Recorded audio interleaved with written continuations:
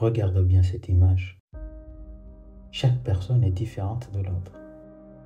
De la couleur de la peau à la taille des cheveux, en passant par la forme, l'humeur et le comportement, chaque personne est unique. Et pourtant, chaque enfant n'est pas aussi différent de ses parents. D'où vient cette différence? Et pourquoi l'on se ressemble tant à nos progéniteurs? Si toi aussi tu te poses les mêmes questions, voici l'incroyable processus de l'ADN à la protéine. C'est une cellule, l'unité de base de tout être vivant. Dans la plupart des cellules humaines, il existe une structure appelée le noyau. Le noyau contient le génome.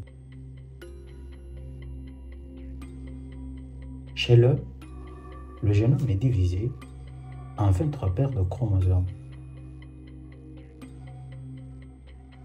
Chaque chromosome contient un nombre d'ADN bien emballé autour de protéines appelées histones.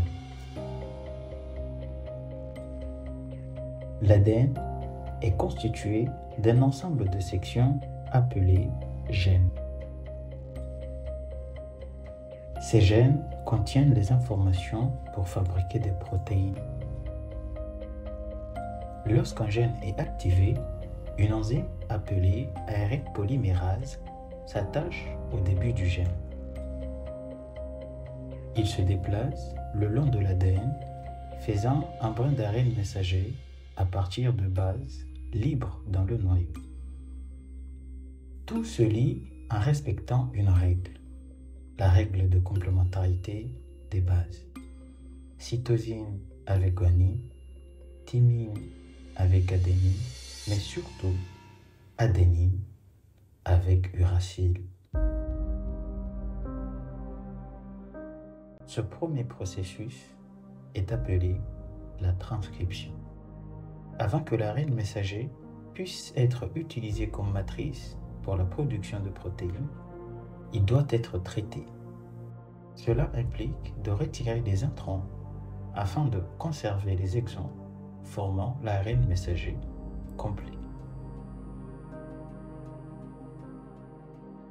L'ARN messager sort ensuite du noyau vers le cytoplasme.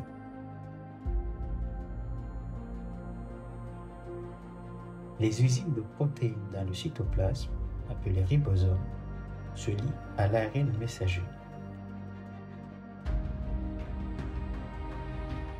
Le ribosome lie le codon dans l'ARN messager pour produire une chaîne composée d'acides aminés.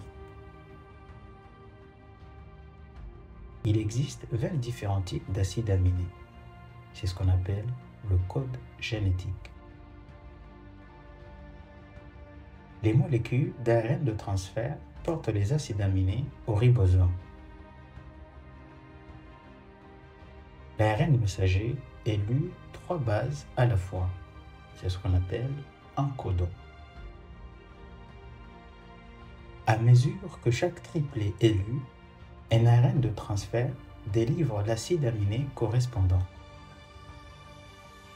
Ceci est ajouté à une chaîne croissante d'acides aminés.